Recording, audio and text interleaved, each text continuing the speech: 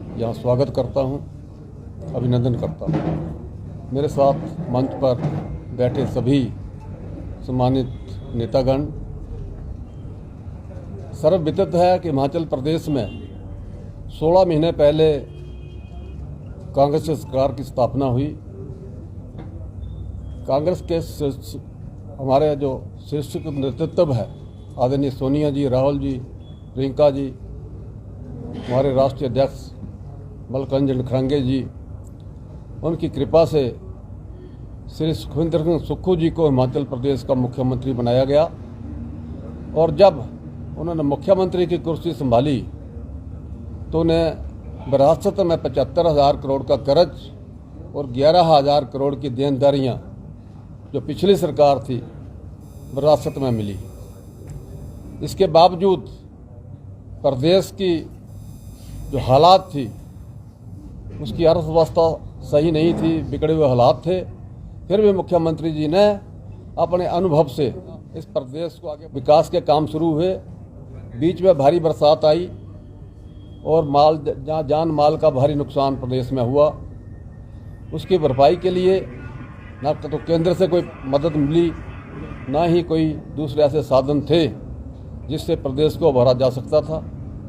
लेकिन यशस्वी मुख्यमंत्री ठाकुर सुखविंदर सिंह सुक्खू जी की सोच से पूरे प्रदेश में जो बरसात से नुकसान हुआ था उसको उभारने में मदद मिली और आज फिर प्रदेश अपने पांव पे खड़ा है।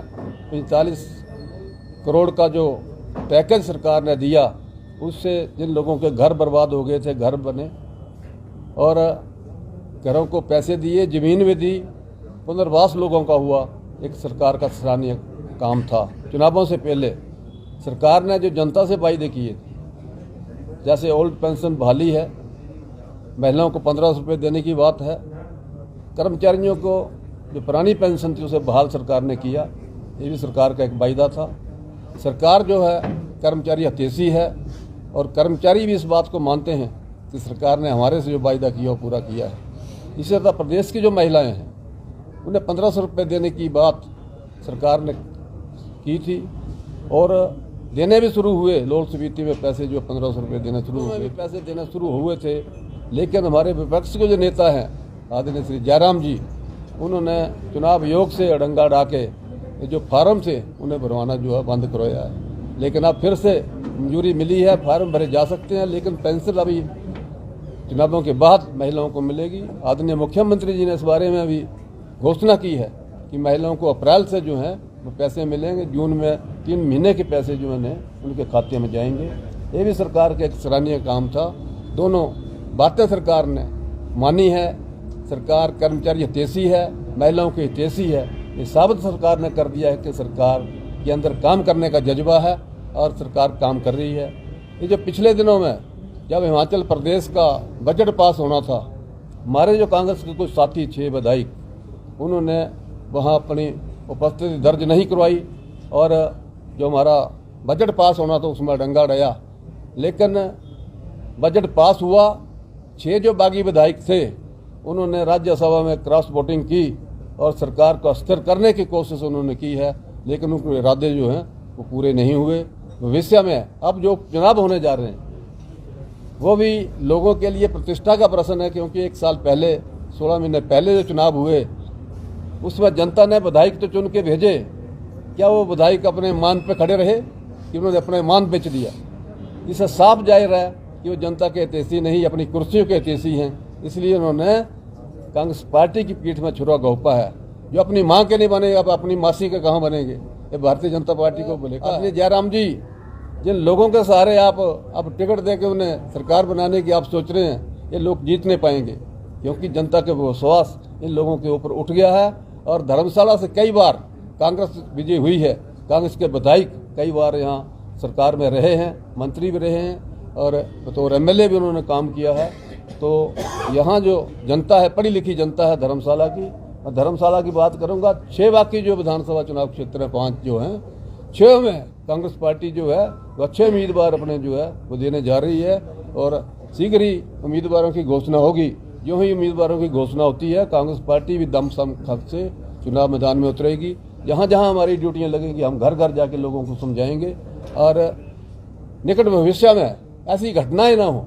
एक शर्मसार घटना हिमाचल प्रदेश में हुई है, इसका हम जितनी निंदा करें उतनी कम है।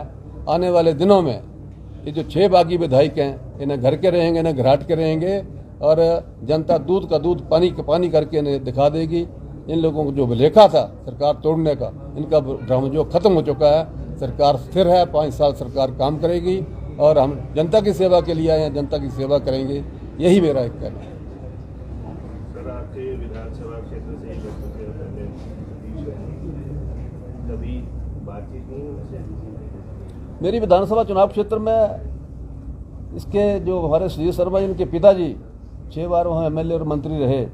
श्री शर्मा जी 2 बार वहाँ से कांग्रेस के एमएलए रहे हैं, तो वहाँ कांग्रेस पार्टी के लोग हैं, कांग्रेस पार्टी को सपोर्ट करते हैं, तो ऐसी कोई बात नहीं है। किसी के विरोध से कुछ नहीं होता। मेरा भी विरोध उन्होंने किया, 12 में विरोध किया, तब मैं एमएलए बना। 17 में चुनाव हार गया और फिर 22 में फिर मैं जीता। तो विरोध से नहीं होता कुछ भी, किसी के विरोध से थोड़ी होता। स्वयं इंसान कोई स्वयंभू थोड़ी, भगवान थोड़ी बन जाता है। इंसान तो इंसान ही रहेगा। आपने 6 विधायकों का जिक्र किया जी, लेकिन चर्चा है, मेरे को ये नहीं है, लेकिन सीएम साहब यहाँ रहे मौजूद, जो पहले भाजपा के प्रत्याशी से पिछले चुनाव में वो बड़े सक्रिय रहे रेस्ट हाउस में, तो क्या वो कांग्रेस उनको ले रही है अपनी पार्टी में? देखिए, ये हाईकमान लेवल की बातें हैं, इस संदर्भ में मैं कोई टिप्पणी नहीं करना चाहता। देखिए पार्टी में हमने तो किसी को लिया नहीं अभी तक, कई आने के लिए तैयार हैं। तो इसका मापदंड होता है, ऐसे थोड़ी है जो आया उसको भर्ती कर लिया।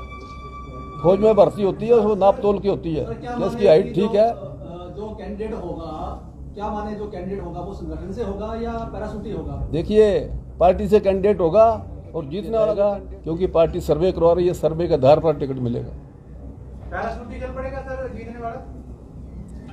देखिए, ऐसा है ना, लोगों की जो मनसा है, पार्टी सर्वे के आधार पर टिकट देती है। मेरे भी सर्वे आधार पर मिला मुझे बैजनाथ से टिकट, थोपा नहीं जाएगा कोई भी। यहीं से कैंडिडेट होगा, जो कांग्रेस पार्टी के काम कर रहे हैं वहीं से होंगे।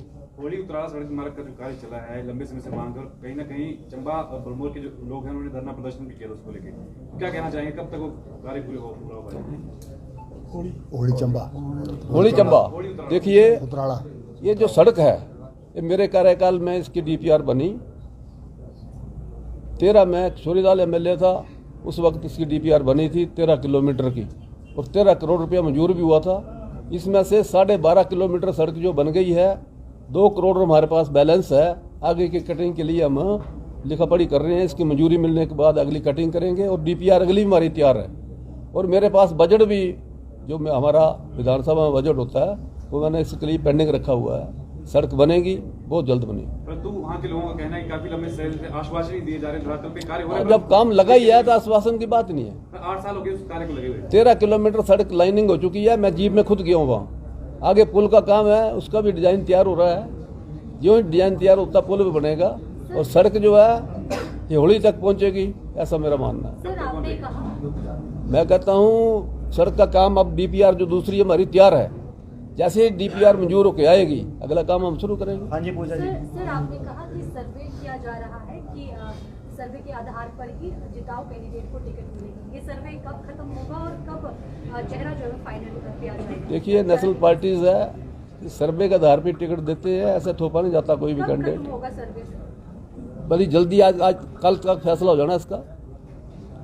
सर्वे पार्टी करवाती है, अपने ढंग से करवाती है, कई फार्मूले हैं सर्वे के। प्रचार में जुट चुकी है और कांग्रेस के पास कैंडिडेट नहीं है अभी। ऐसी कोई बात नहीं है, बात सुनिए, जल्दबाजी की बात नहीं है। अभी हमारा इलेक्शन 1 जून को है, 1 महीना कैंपेन के लिए बड़ा बार होता है, विधानसभा के लिए बड़ी बात थोड़ी है। सर सुधीर शर्मा ने आज एक फेसबुक पर एक पोस्ट डाली हुई है, उस पर लिखा हुआ है कि जो प्रदेश सरकार है उसने सीआईडी और जितने भी गुप्तचर एजेंसियां हैं उनके पीछे लगा रखी हैं, उनके आसपास वो घूम रहे हैं। मुझे तो कोई नजर नहीं आता कौन सी एजेंसी वहाँ लगी हुई है, वो तो खुले घूम रहे हैं। उन्होंने कहाँ किसी ने गिरफ्तार करके रखा हुआ है। उन्होंने फोटो भी डाले हैं। वो फोटो ऐसे डालती है, क्या एजेंसी लगाई है उसके पीछे? कोई एजेंसी नहीं है, मन गलत बातें हैं। जब वो कांग्रेस में थे तो कांग्रेस माता, अब कांग्रेस क्या दुश्मन हो गई? तो इसलिए आया राम गया राम है, चलते रहते हैं, इनको कोई नहीं पूछता, चलने दो उन्हें। Thank you ji.